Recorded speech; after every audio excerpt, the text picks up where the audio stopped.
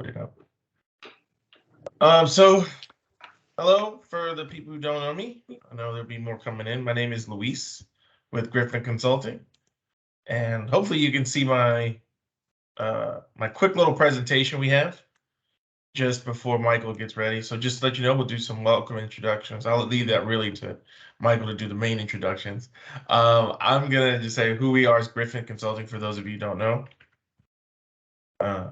Our president and CEO is Frank Valdivieso. He couldn't be on the call today. He's traveling to Atlanta. But he's been in the business for over 30 years. Got his bachelor's from University of Florida, and he's got his MBA. And then we just were lucky enough to found we're co-founders of the Black Channel Partner Alliance that helps Black and African American business owners within the Microsoft channel. So we're really passionate about increasing the number of people that can grow and gain wealth within that channel. For me, I work as a strategist. I get the benefit, I tell people, of working with nonprofits. And as everybody says, the world is burning. I have the pleasure of seeing a bunch of people every day make sure that doesn't happen. So that's really fun for my part. We were founded in 2004. We do everything from email migrations, hardware reseller, managed service provider, Dynamics. We're definitely a Microsoft shop, and we try and help nonprofits grow. Here are just a few of the ones that we've done recently, from Trayvon Martin to Wendell Scott to Equity Kids and the Russell Center. And we should put EST up there as well as ECAT. That'll be in our next presentation. And for anybody that's on our today, we'll do a free IT assessment. It's normally $2,500, but we'll do it for free for organizations who are on here, and help you with 10 free licenses of Microsoft Teams, and you'll be able to send it. That's who Griffin is, just to put that out there. Now we have the pleasure of having a great panel discussion about some of the challenges associated with being a nonprofit and how you're working through those. And for that, we're going to have Michael Wolk, who's going to be able to kick us off and help lead a great discussion. Michael? Well, first off, good morning, everyone. Good afternoon, depending on where you are, and welcome to our fireside chat. We have a very exciting set of panelists today, and with real practical experiences implementing technology and helping their nonprofit organizations. Quick introduction.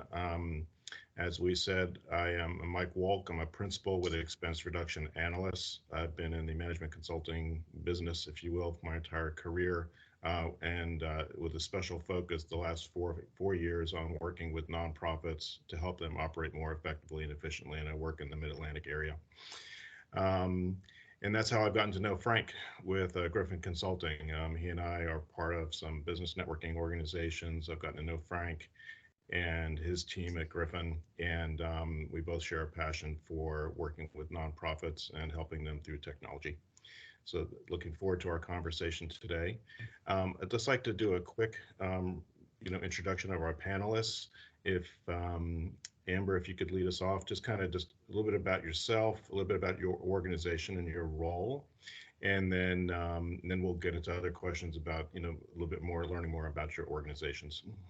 So Amber, why don't you start off, please? Yeah, of course. Thank you, Michael. Good morning, everybody. My name is Amber Brown, and I'm the Director of Operations at 4 Oak Cliff.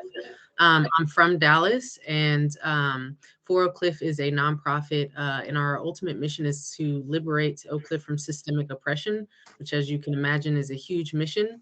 My role here specifically is to manage our facilities, a lot of our internal infrastructure systems, and the day-to-day HR functions. Basically all the things kind of behind the scenes of a nonprofit, except programming and accounting. So that is who I am, and would love to, go further in detail about our nonprofit a little later. Very good. Thank you. Jude, if you could go next, maybe. Yeah, hello, everyone. My name is Jude Shingle. I'm up in Erie, Pennsylvania, kind of right up against Lake Erie. I am the Arts Program Director of a nonprofit called the Erie Center for Arts and Technology, which we just call ECAT. We do two things. We do adult career training programs, and we do after-school arts programs. Both are at no cost to our constituents. My job is to run the arts programs, and primarily I do after-school arts programs for teens. So that's grades 7 through 12. Yeah, I'm excited to be here and yeah, talk with the panelists because they're all wonderful. Very good. And Yasmin, if I can ask you to introduce yourself and what you do at your organization.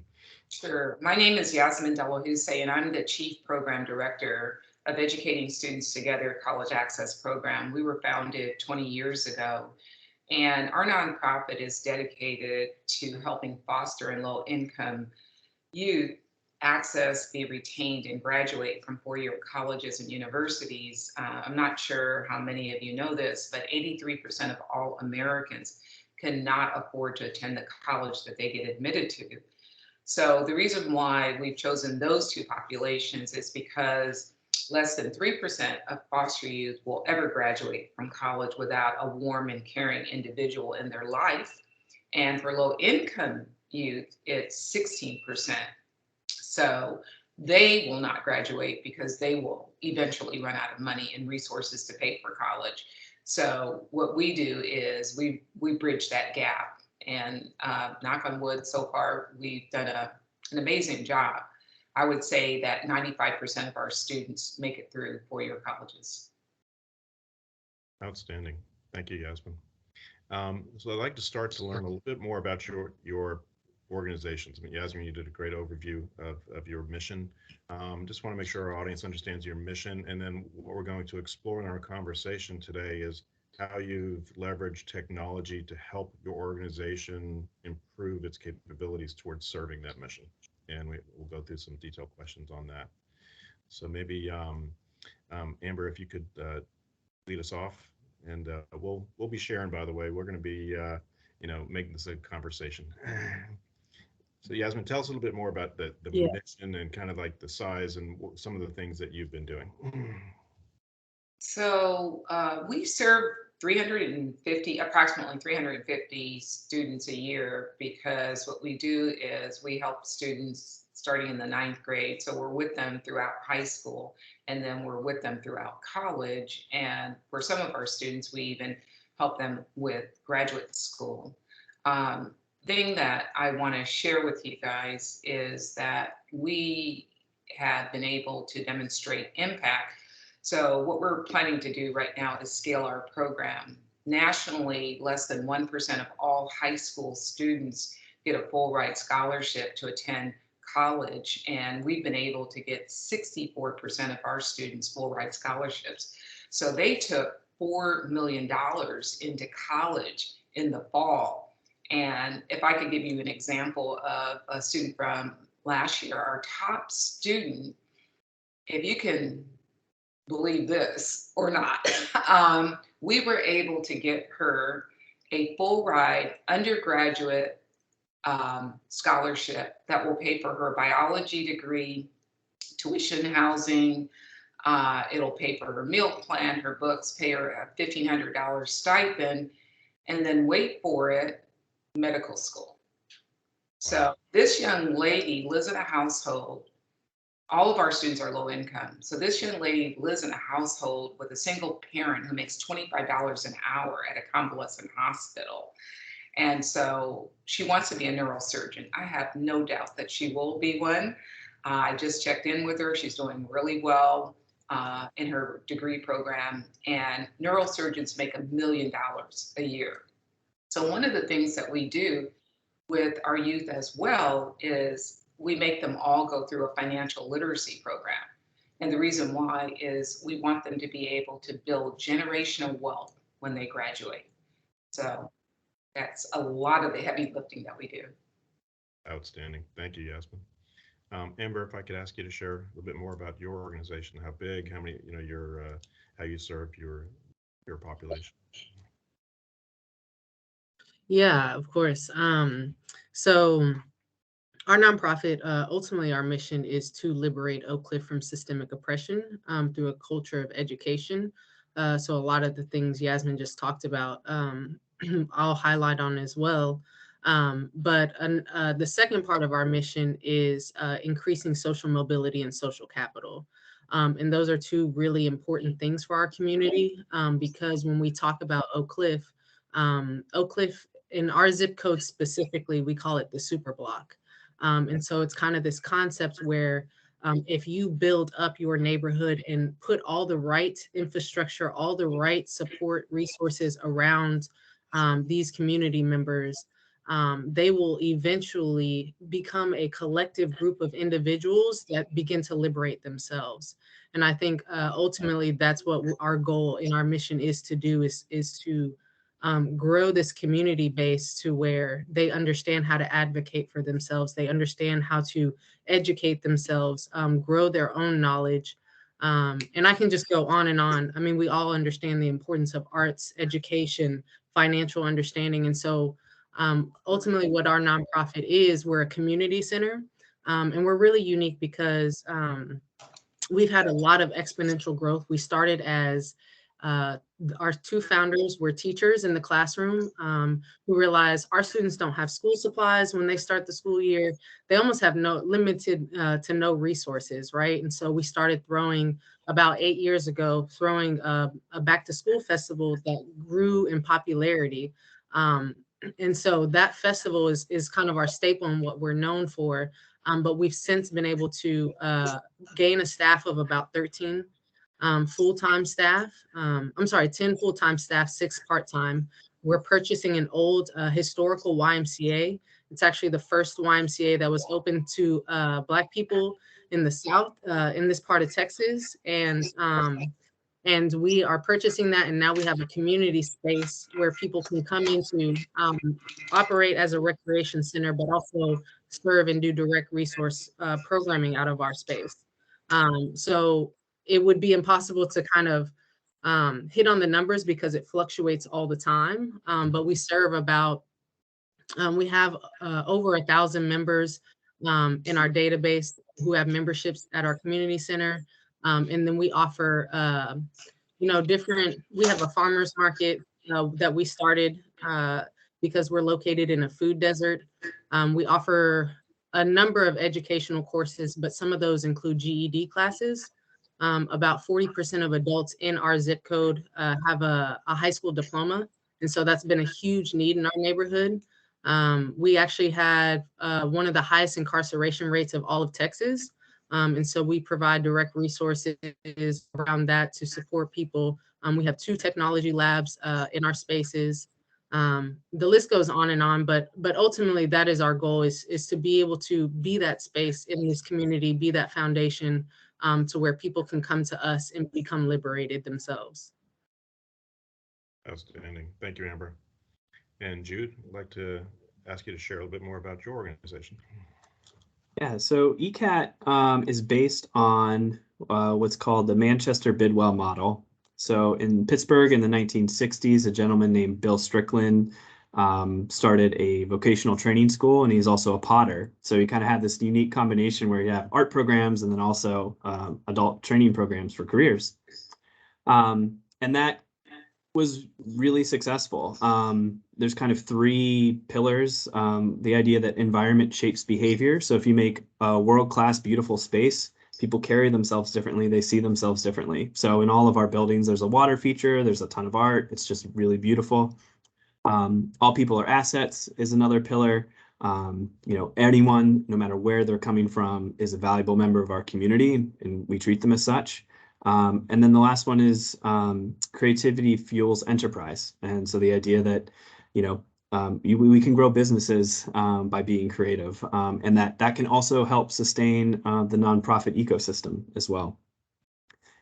Amber and ECAT have a ton in common. We just renovated an old middle school building. So we have 1 floor, and we actually lease it out to some other community organizations, and we've ended up creating a community center. We have United Way, nursing programs in here. We have a gym, and a lot of other kind of smaller nonprofits that just need an office or 2 for space. So it's really kind of a collection of core services.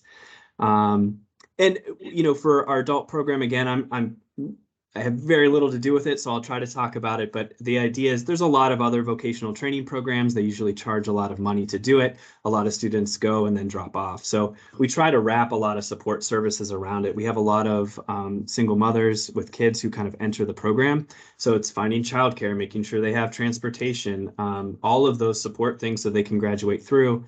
And then we have externships. So all of our graduates are placed pretty much even before they graduate. They will have access to a middle wage job right when they graduate. And if they want to come back to our building, they can go into a nursing program. It's in the same building, it's the floor above us. So we're kind of growing as we learn more about the community. We're only about 1.5 years into our services. And then again, what I do real quick, we just see students from across the county, high school students. So not only local neighborhood kids, and we are in kind of a very high poverty area. So it's really critical that those kids can walk and bus to our center, but we also service kids from all over the county, which creates this kind of neat collegiate environment where you have kids who are really interested in the arts, meeting kids from schools they never are with. And they can, what ends up happening is they feel belonging very quickly because they can kind of leave their identity in those other places and identify kind of in a safe place here. And so we see about 50 to 60 kids a semester for our arts programs. Outstanding. Thank you, Jude. And thank you, Amber, and thank you, Yasmin. That was really great to learn a lot more about your organizations and your mission and how you serve your members. I'm going to transition a little bit in the question about, you all mentioned building communities, and in this day and age of kids having all these access to technologies and and all those types of things. Want to talk about within your organizations, how does technology make a difference in helping your organization provide your services and just get better at what you do? Both from a membership perspective and also donors and everything else, just kind of how you do those operations. Actually, Amber, I'm going to ask you to maybe start on sharing how your organization is leveraging technology. Yeah, for sure. So I think there's kind of two aspects and two worlds. My world is that behind the scenes operations and infrastructure. And then you have the world of serving our members in our community space. So the programmatic side of things. And so I guess, on the first side, technology is essential to our organization. For example, right now, my internet's choppy and I can't download my files because our internet is extremely slow. And that's, that while that's so simple and we all have internet, I mean, not everybody has internet, but like internet is such a common thing. It can be such a hindrance if it's not there. And so we leverage a bunch of different systems to help us operate on a day-to-day basis, things that can easily be overlooked but are essential. We use it for our human resources management. We use it for our project management, managing day-to-day tasks. We use it to communicate effectively as a team. And especially, having 2 facilities operating in the daytime and in the evening as a rec center. I'm not here in the evening, so I need to be able to effectively not only manage a team in the evening, communicate with them, but make sure things flow smoothly. And so while you can write things on paper, you can establish procedures, you have to have a way to manage and support your team with carrying out those tasks and functions. And so we use technology in a lot of different ways to leverage our internal operating processes, but externally, we actually have one of the best internet servers in this part of town, really in the whole southern sector of Dallas. And we did that in partnership with AT&T. And so what that's allowed us to do for our community is not only provide them with the space with high-speed internet, except when it's not really working right, but giving them a space to come in and just get things done. A young lady, her name is Bianca, she came in here and she's starting her own business. And so this is the place that people come when they're trying to develop their life. When we're offering GED courses, we actually got a donation of 20 different computers.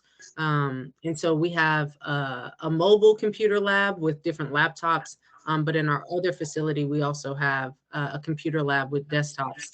And so we've been able to partner with our mayor and AT&T to be able to provide those services. We also have a state-of-the-art gaming lab, which doesn't exist at all in this part of town. You have to drive at least 20 minutes to the only other gaming lab that exists in the southern part of town. And so that is an opportunity for kids to grow into what the future is becoming. You know, gaming is is where it's at. Kids don't really go outside as much anymore. They want to play games, and they can make money off of it. And so that is a career path. So just being able to provide those resources and make it available is different ways we leverage technology. Very good. I'm going to share just quickly before we continue on, just a personal observation with my own sons. Older son, he was into sports, always outside of the house, friends, everything else. Youngest son, gamer. And I would say to him, go see your friends. Just walk up the street and go see your friends. He's like, Dad, my friends are right here, right on his computer. that's how he interacts. And it's just a generational change in social interaction, right? And that was a learning for me anyway. So Jude, can I ask you to share a little bit about how technology is being leveraged by your team? Yeah, so we have 5 full-time staff members. We're at that awkward adolescent phase where a lot of our kind of paper and Excel spreadsheet systems are growing too big to kind of manage and share. So we are kind of, and this is just a plug. We went through the process of identifying like what tools can we grow with. We ended up choosing Microsoft because they have good nonprofit pricing, and then it was familiar to all of us. We were all used to using Word and all of that. And shameless plug, but Griffin really helped us kind of understand what SharePoint can do and OneDrive and all of these different things that stack together and allow us to communicate. So we're starting that, and I'm sure we'll talk about challenges, Michael, in a second. But you know, part of that, having technology is one thing.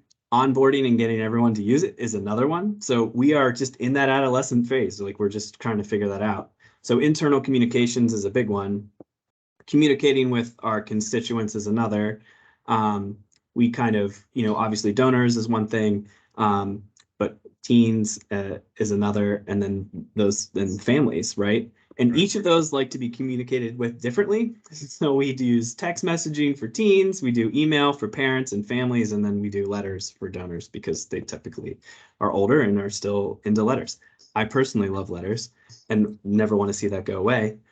And then the last thing, and this kind of just scaffolds off of what Amber was saying, we use technology in our arts programs all the time, and especially emerging technology. So things like virtual reality and augmented reality and gaming, not only in the art world, but everything is being shaped by that. So we really try to frame technology as a tool, and can we learn the fundamentals of using that tool specifically to empower people as creators and not just consumers. So if you're watching a lot of YouTube and watching a lot of Twitch streams, that's awesome. But I really want, you know, teens to understand that you can make that stuff, and that there's a lot of empowerment that happens when you kind of can leverage those tools. So those are kind of the different ways we use technology. Outstanding. And Yasmin, how about yourself and your organization? Prior to working with Griffin, we did not have a customer relations management database. So we had everything on Excel spreadsheets. They were in these 4-inch binders. And it was just so painful to go through an interview with a program officer, and they're asking you these questions. And then, you know, you recognize that you're not funder ready, right? Because it's taking you forever to answer the questions promptly. So we implemented our first ever CRM with Griffin Consulting, and you know, we have a Microsoft database, which has been amazing. It has really helped us get vendor ready. Now, when a program officer in an interview asks me, you know, how many volunteer writing coaches do I have, or did I have this year? I'm able to answer that readily. I'm able to go in and look at our balance sheets, because that's another thing that they always ask you about, your financials. So I can pull those financials out right away. The other thing we've been able to do is use technology to engage our board. So board members love it when you show up with a dashboard, right? They'd rather see that than some long report that you're about to deliver. For our students, they're actually able to enter their information regarding how many colleges they applied to, how many they were accepted, and their financial aid award letters. And if I could share a story about technology, we had a student who entered his financial aid award letter. He got accepted to USC. And USC, I don't know if you know this, but it's very expensive. This fall, it'll be $87,000 per year.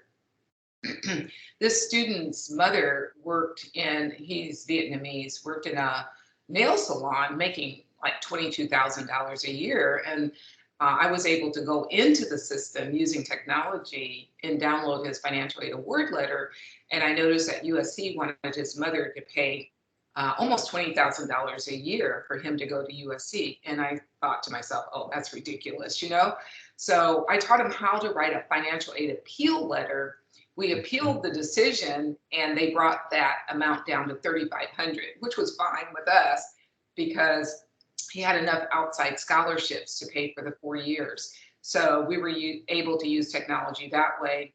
The other thing is we have to remember sometimes who we're working with.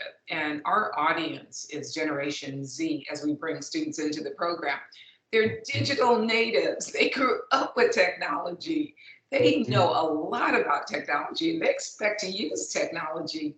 So it has really taken and elevated our nonprofit to another level. And the other thing that I notice about this generation, and I have to remind them all the time, is that, okay, I understand email is for old folks, but just remember that college admissions officials will email you, and you've got to monitor your email. You know, don't mind you guys using text messages to communicate with us, but it's really important to also recognize that you have to pay attention to like I said, those emails. So I think that the technology that we're using now has also helped us in the area of grants. So right now, through Griffin Consulting, we were able to implement a system whereby I know how many grants I have, when the grant reports are due, just all of the stuff. Whereas before it was, again, on Excel spreadsheets and in notebooks, and I had to try to remember to go back to the notebook to send my report in on time. And you know, that's so important as a nonprofit. You don't get those grant reports in on time, you're not going to get additional funding the following year. Those are all three of you amazing applications and how you're leveraging them for growth. So there are a couple of topics I'm going to like to explore a little bit more. One is around, and you know, I think you all mentioned it, it's around using the right methods to communicate to your different, you know, constituents, whatever those are, donors or, you know, members or, you know, members of your staff, things like that. Can you just share a little bit more about, you know, how you do that? You know, Jude, you mentioned, you know, letters and emails and you know, texts and things like that. That hits home with me and my family, by the way. You know, if I don't text my kids, forget it. If I don't text my wife, forget it. She's, you know, like, I sent you an email. She's like, what? Yeah, so, you know, so using the right things. And then the other is kind of, do you also need to do training within your internal staff or your members or anyone else in terms of how to leverage that technology, and how do you do that training? So maybe let's kind of hit a couple different topics. Jude, I'd actually like you to kind of share a little bit more about like the training aspect and the you know, the methods that you're just discussing. Yeah. So we test a lot here. Again, we're a small team. It makes it a little easy to do at first. So a good example is like this texting. We were texting students on our personal phones, which brings up a whole lot of things. It's a little uncomfortable. They tend to text in the middle of the night. And also there's some legal issues there too. So we wanted to get off of that habit. I found this weird hack, and this isn't a tech seminar, so I'll just describe it really quickly. You can email text, actually. If you know someone's cell phone number and their cell phone carrier, you can actually email a number, which is wonderful. So we are able to basically do that and communicate via text, but it's through our Outlook email system. So, which is great because then we can put it in folders and track it. It's wonderful. We just kind of learned that by like Googling. So we just kind of like hack some things together. And again, because it's Outlook, that will eventually hook into our Dynamics database, which, you know, Yasmin was talking about. Having that CRM is really, really big. Yeah. Now, the other part, right, is the training. And that is, I think, because, you know, everyone kind of comes in with a different tech background and a different tech literacy. And so it just takes time. I think it takes time to figure out what your standards are. And if, you know, if you have a consulting firm, they can tell you what those standards are, and that's huge. That allows you to benchmark really quickly. Otherwise, you got to like write down those standards yourself, which is great, but that's time. And then you got to sit down next to someone and make sure that you're doing it. And then you need to have a system to like hold people accountable to actually doing that. So a real simple one is like we use Teams, right? And we have a couple different chat channels. It's very easy to like talk about, hey, happy birthday or whatever in like a specific work channel. And we have like a social channel. And it sounds really silly, but pretty soon your channels get messy. So sometimes the hardest part is just like holding people accountable and be like, hey, thank you for wishing me happy birthday, but next time put it in this chat. And it sounds, it's hard, right? Because sometimes that seems petty, but it's actually in the long term, it really helps. That's just a little thing. And again, I think the bigger things is learning, for me, the biggest like kind of mind-opening experience with SharePoint, because you can put files there, you can create websites, you can create kind of hierarchies of documents and shared files.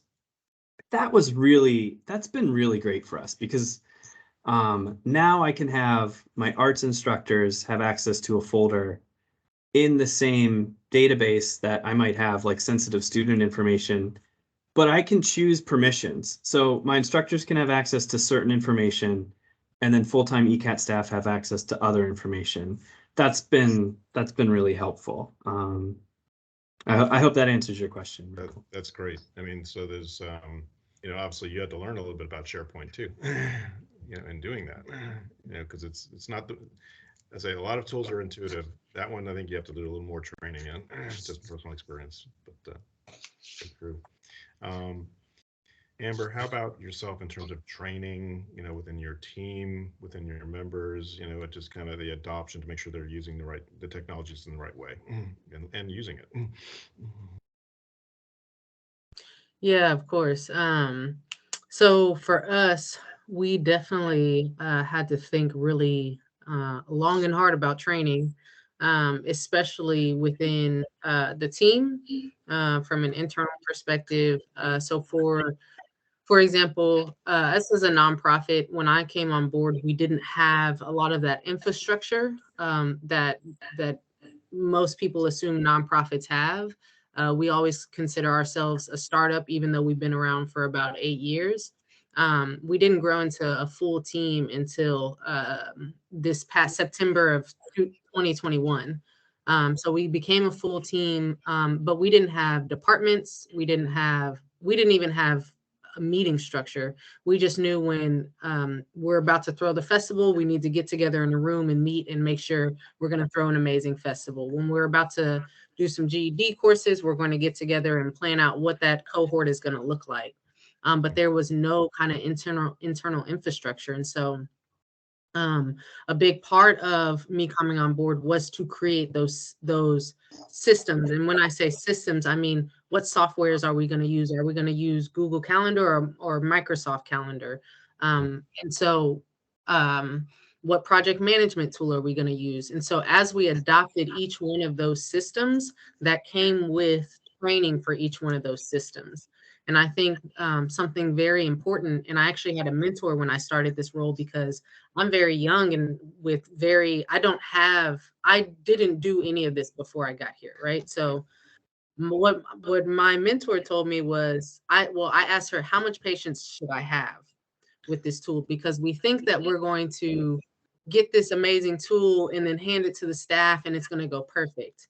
She said, you need to have all the patience, right? All the patience. And so in my mind, I'm thinking, okay, we've got this amazing project management tool. It'll take us about a month to get down. No, we need to plan 3 months for just introducing the tool. What does it do? How does it work? 6 months for people kind of playing with the tool. They, giving feedback on how it's built out. Does this work for the team? Is it structured like our departments are structured? Do we even like these departments? And really, now that we're kind of a full year having the tool, I would say even maybe last month, a staff member was like, oh, I'm using ClickUp now. And, we adopted it a year ago. And so it's really, training, yes, is so important, but training never ends. Something that I think I've learned a lot in just doing what I've done over the past year is building disciplined practices is training. Mm-hmm. Making it so like burdensome, but just kind of learning it incrementally, putting it to practice daily, and so allowing yourselves that time and that patience to really learn a system. And so that's how we kind of approach our internal infrastructures, and just being realistic with how quickly you'll be able to get it down, not setting false expectations with with training and understanding new softwares or whatever the case may be. And then on the other side, programmatically with our community members, I'll use our gaming lab, for example. Some kids have never used a VR headset. Some kids have never even gamed on a gaming computer. And so what we try to do is leverage partnerships. And so it's not, it is training. Kids don't know that they're being trained how to use technology.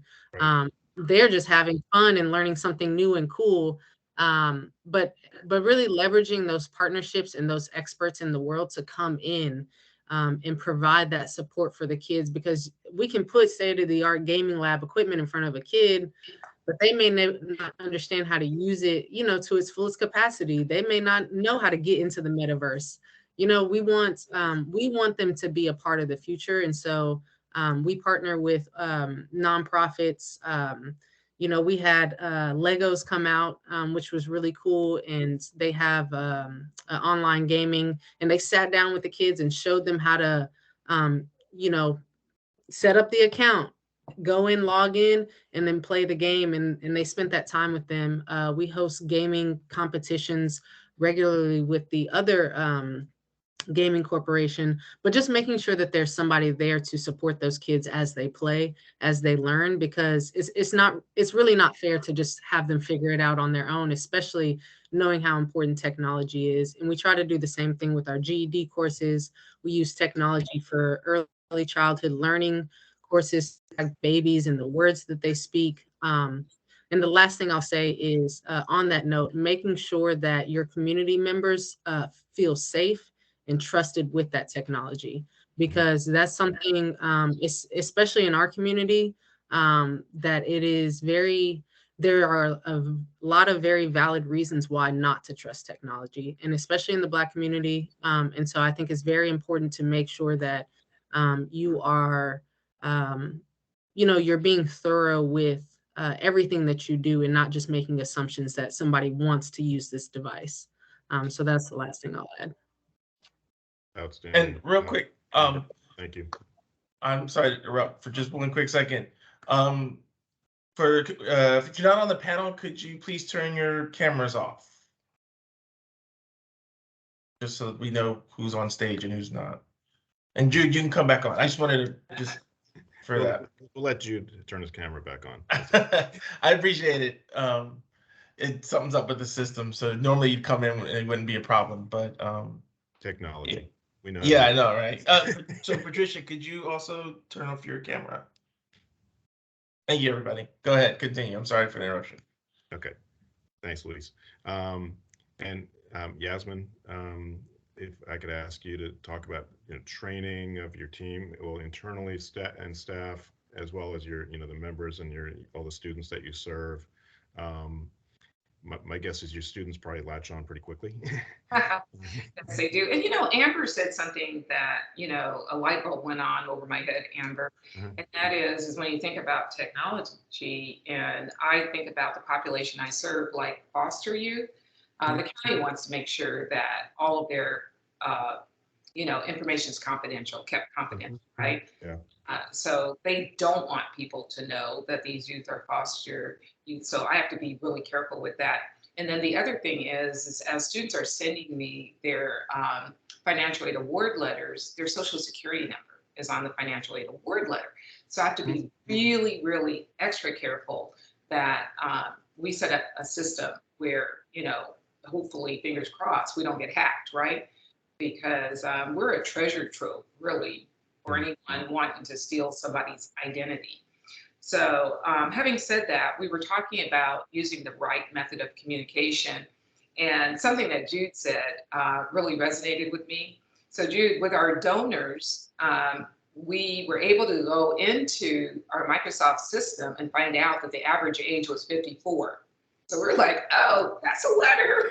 That's not an email. That's not a text. That is definitely a letter. So that's how. That's me, Yasmin, by the way. Send me a letter. I look at emails too, by the way. Right. And then with the students that we serve, because we're, serving Generation Z, we were emailing them about Scholarship Club. So what Scholarship Club is, every month we bring our students together and we tell them it takes a village. Bring your village with you. And we pitch anywhere from 25 to 50 scholarships, and we help them write scholarship essays. And so anyway, we were emailing them, and then we went to texting them, right? So an hour before, hey, Scholarship Club is starting in an hour, and they would all just pile in. I was like, look at this, You get almost 100% attendance with a text message with Generation Z. And then I share with my students, it was a horror story. It wasn't our organization, but another organization where an admissions official emailed the student, Generation Z, did not pay attention to the email and lost out on a full ride scholarship. That hurt, But it wasn't my organization, because I'm like, you guys, you have to understand, the method of communication. So that's really, really important. And then in terms of training, my staff teaches me every single day. They're millennials, right? So they're just pushing me. They're like, our students are poor. They can't afford Word. So we have to train all of our volunteers on Google Docs, because that's what they use, right? So I was a little hesitant about using Google Docs, because I'd always just use Word to edit, essays and things like that. But I quickly had to come up to speed.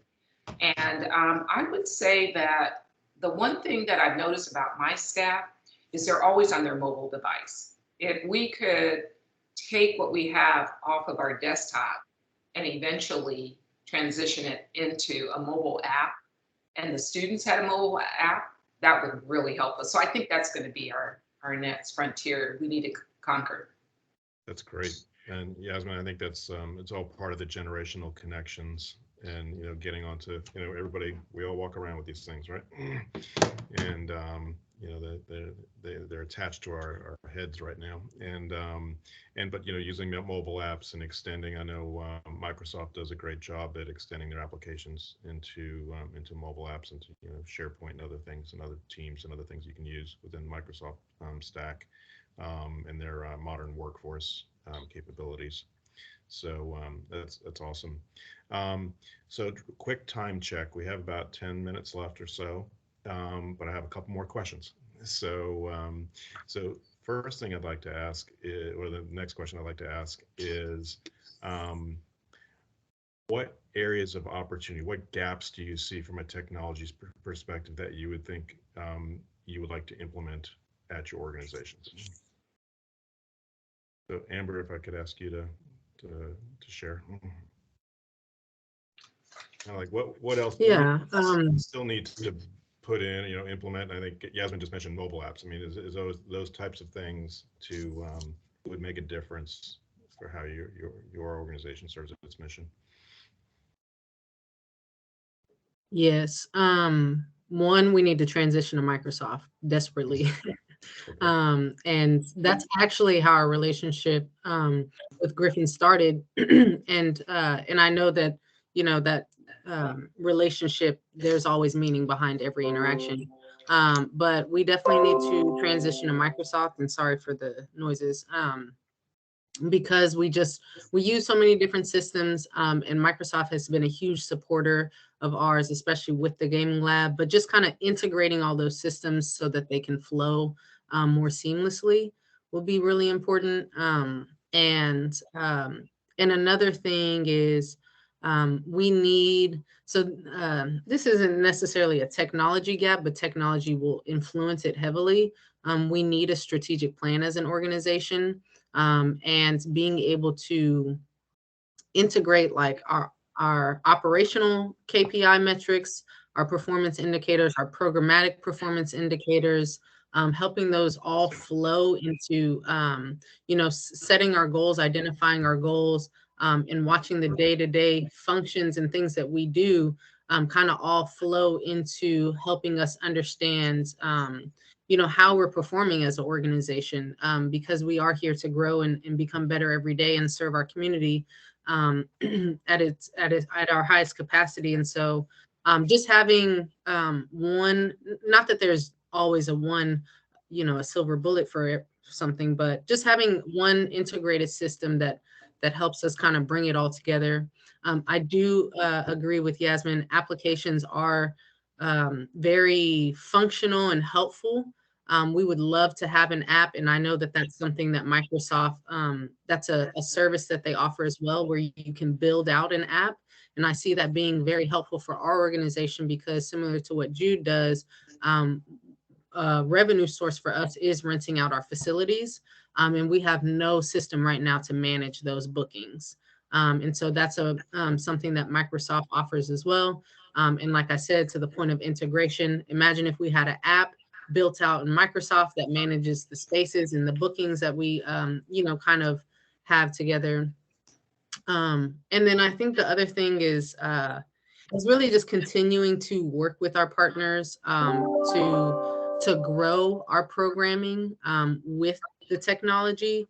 And I keep highlighting on our gaming lab because it's just such a cool space. It's just such a cool thing that kids really just want to be a part of. We're also starting arts and film workshops.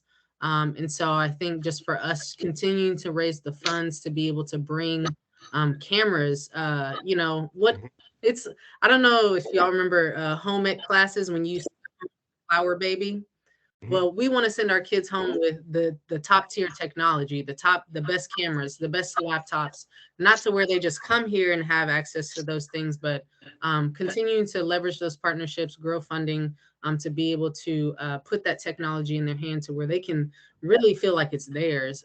If not, give it to them and continue to support them in being able to utilize those resources. And so hopefully that answered your question. Outstanding. Well, absolutely. So Yasmin, I'll ask you to share, please. Sure, gaps. So as I was listening to Amber, I realized that it would be wonderful if we had a technology plan, because we don't have one right now. We're in California, so California is prone to earthquakes. What happens when we have business disruption, where we have to deliver services to students in order to get paid on our county grants, so we haven't really addressed that.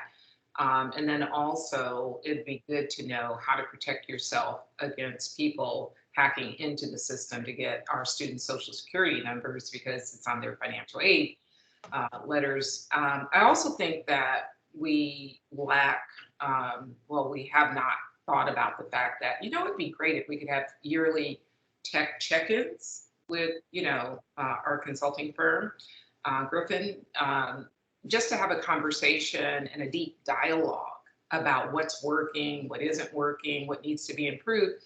And unlike Luis, I don't read technology manuals at night. So I don't know what's on the horizon, so I don't know what I don't know. We'll get you there. We'll get you there at some point. That's his job. That's Luis. Luis is very good at that. I wouldn't want to do that either. If you want to fall asleep quickly, you can do that. Right.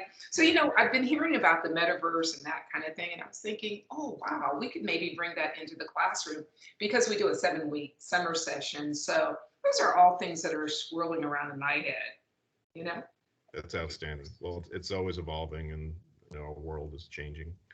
And then, Jude, if I could ask you to share, can I have a quick, because we're running out of time now. Yeah. The dream is just to have all the systems talk to each other. Like if you've ever done programming where you have registration through like an e-commerce site and then you got to connect that to like your database, it's a nightmare. So the dream, again, that's why we landed on Microsoft, because all that's possible. The biggest thing that I realized though is you don't have to do it all at once. Like you don't have to spend $50,000 to build your database all at once. You can do little pieces, and as long as you do it the right way, in which you should work with a consultant for that, you can scaffold it and build it as you're ready for it. And that gives you time to learn, and that gives you time to onboard too. So that's the biggest opportunity I see, is like in 5 years, we'll get there. We're not there right now, and that is okay. Just gotta write that on the wall, mantra every day. It's okay, one step at a time, we'll get there. So I think you all mentioned something, I think, very important takeaway, and that is, technology is always evolving. What your constituents want to use and how they use it is evolving.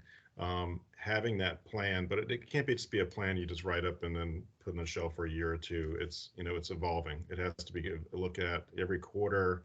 Is this really where we want to go? Make changes to it. It has to be able to be adaptive to what your needs and requirements are. And I think, Luis and Frank, I'm sure, would be more than happy to share. Microsoft always is making investments. There's other things that they're doing. There's various investment funds that Microsoft has, especially around nonprofits and their philanthropic gifts, that they like to give out. And so, stay in touch with all those programs, right? So we just have a couple minutes left, but I would like you all to share, how can we as an audience get more involved with your organizations? What can we do? And so Amber, if I could ask you to share. Yeah, happy to. And thank y'all, audience, for being here and participating, listening. I think for us, one of the ways that you can get involved is really just learning more about what we do, learning more about our community, because I think oftentimes communities are overlooked, or you assume this nonprofit's there, they're doing great work. And so, sorry. They're doing great work and just kind of looking from the outside, but volunteer with us. If you are in our area, volunteer with us. Always welcome to donations. Talking about technology, we want to make a film this year with our kids where they create the film and they actually make a profit from it. We want our kids to have real life experiences. And so we're always, raising donations. And I think another way to get involved is if you know different nonprofits that do strategic planning, or different nonprofits that do, one of the things that we need, another gap, is IT support. And I will definitely be reaching out to you, Luis, because I know we kind of spoke about it a while ago, but we need some real IT support and we need a strategic plan. Those are two very expensive things. And so, like all nonprofits, raising dollars, but getting that hands-on support, and then volunteers are really a huge support to us as a team in our community. Thank you. And then Yasmin, if I could ask you to share how we can get more involved. Oh, well, thank you very much. Yes, I would say that similar to Amber, we also need a strategic plan. Ours just sunsetted, and they are extremely expensive for small nonprofits. We also need volunteers. So if you are a good writer and you know how to help a kid tell their story, we are helping students write college essays that stand out from the crowd. So we need really, really strong writers for that. So we're looking for volunteer writing coaches. Also, if you'd like to adopt a foster youth, so think about this. Our foster youth, when they go to college, we took our kids to college. We supplied our kids with dorm room essentials. Those kids, A, have no parents to take them to college, and B, they can't afford the dorm room essentials.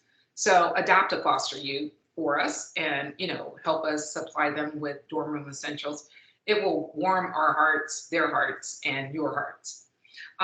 Also, we accept boats, cars, RVs, and of course cash, because it takes about $3,000 to bring a student through our program. But that $3,000 investment pays off big time, because just think, so many of them are going to walk out of college not owing any student loan debt. How special is that? That's amazing. Thank you, Yasmin. And Jude, you're last on the list here, right? So you can close us out. We have about a minute or two left. Give us money. I mean, we're fine. I'll write a check. That's right. That's cool. I highly doubt anyone on here is from Erie, Pennsylvania, and if you are, then we need to touch base. But you can visit our website. It's maybe I'll put it in the chat, eriecat.org. You can join our newsletter, and you can just learn about our mission and maybe our founder, Bill Strickland. He's an awesome TED Talk, and you can find it on our About page. And I think it's just a really cool philosophy. And maybe just spreading that idea that environment matters, like where you do your work, where you learn, where you interact with people, that matters. So if you just kind of look about your space and you think like, where can I put a plant here? Or where can I, how can I make this more beautiful? And just maybe experiment with that. That would be a cool way to maybe just spread that mission of that beautiful things really actually make a difference. And especially if you're living in poverty and there's not a whole lot of hope around. I don't know. Sometimes that's enough to kind of make you think a little bit differently. So, and again, just thank you. So I'd like to personally thank Yasmin, Amber, and Jude, and Luis and Cheryl from Griffin for putting this program together. It was outstanding speaking with all of you and hearing your perspectives. I learned a lot. I hope our audience learns a lot. And we look forward to staying in touch. So thank you all, and wish you a good afternoon. Excellent. Thank you very much. Thank you. Thank you. Thank you. Thank you all. It was really great to meet you. Excellent. Everybody have a great day. We'll send this out like we always do. These videos, great videos, are on our YouTube channel. So if you missed something, feel free to check it out. I'll put the YouTube channel in the link so you can get some of your questions. We had some great sessions so far, and we'll have some more in the new year. So, Outstanding. Take care. thank you very everybody. much, Take everybody. care. It's a pleasure. Bye-bye. Bye. That was a great session. Thank you so much.